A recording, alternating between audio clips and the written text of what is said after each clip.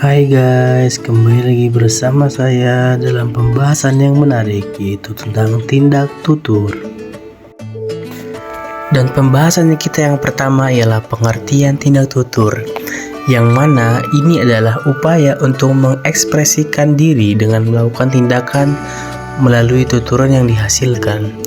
Maka setiap kita berekspresi itu akan menghasilkan tindakan melalui tuturan kita.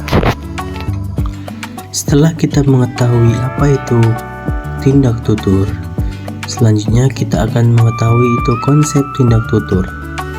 Menurut John Langshaw Austin, filosof Oxford, memperkenalkan konsep tindak tutur pada tahun 1956. Konsep ini muncul berawal dari mata kuliahnya, yaitu How to Do Things with Words, yang akhirnya dibukukan oleh beliau. Kebanyakan ahli bahasa berpendapat kalau kalimat berfungsi untuk menggambarkan suatu keadaan serta menyatakan fakta yang bisa dibuktikan dengan kebenarannya. Tapi, Austin ini punya pendapat kalau kalimat itu tidak hanya sebatas pada hal itu.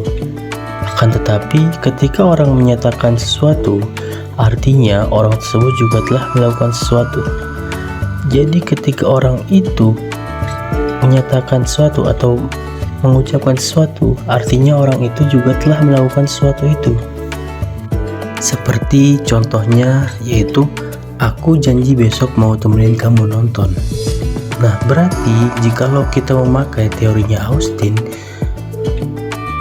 itu kan membagi pernyataan jadi dua jenis. Yang pertama, pernyataan konstatif, yaitu pernyataan yang sifatnya menggambarkan fakta atau keadaan. Dan yang kedua itu pernyataan performatif, yang mana pernyataan yang di dalamnya seorang juga melakukan suatu tindakan.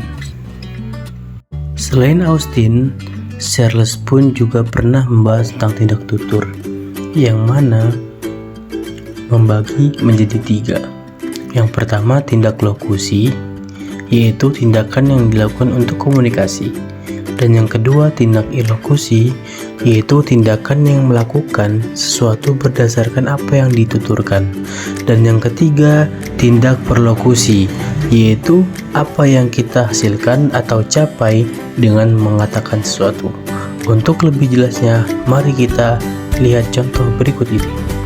Contohnya ialah ketika seorang suami berkata kepada istrinya, yaitu, saya lapar sekali, dari tadi pagi belum makan.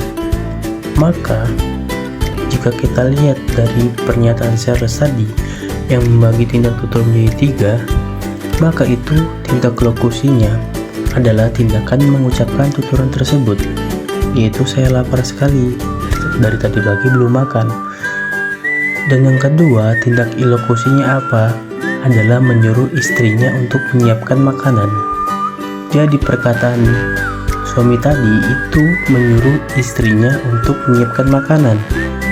Dan yang ketiga itu tindak perlokusinya apa? Istrinya menyiapkan makanan.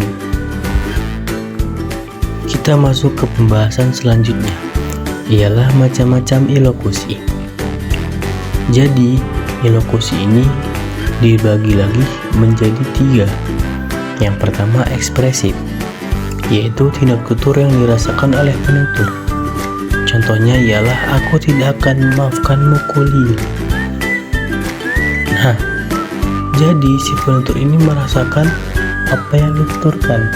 Dalam contoh yang tadi diberikan itu, penutur itu merasakan sebuah kekesalan. Kenapa tadi? Karena aku tidak akan memaafkanmu Kulil. Nah, itu adalah suatu tindak tutur yang menggambarkan tentang suatu kemarahan si penutur itu sendiri. Dan yang kedua ialah asertif atau representatif, yaitu tindak tutur yang menyatakan atau memberikan informasi tentang suatu keadaan. Seperti, hari ini hujan, otomatis keadaannya sedang turun hujan. Dan yang terakhir itu deklaratif, yaitu tindak tutur yang berbentuk sebuah pernyataan yang selalu jelas dan ringkas. Contohnya, saya menunjuk Anda sebagai ketua. Jadi, ini adalah suatu pernyataan yang jelas dan ringkas. Dan ke pembahasan terakhir, yaitu tindak tutur bagi laki menjadi dua. Yang pertama ialah langsung. Nah, yang dimaksud dengan tindak tutur langsung ialah apabila terdapat hubungan langsung antara struktur dengan fungsi. Contohnya adalah hidupkan AC. Dan yang kedua itu tindak tutur tidak langsung, yang mana apabila tidak terdapat hubungan langsung antara struktur dengan fungsi. Contohnya, panas sekali ruangan ini, maka secara tidak langsung itu adalah untuk menyuruh atau memerintah untuk menghidupkan AC. Kenapa? Karena ini secara tidak langsung, panas sekali ruangan ini.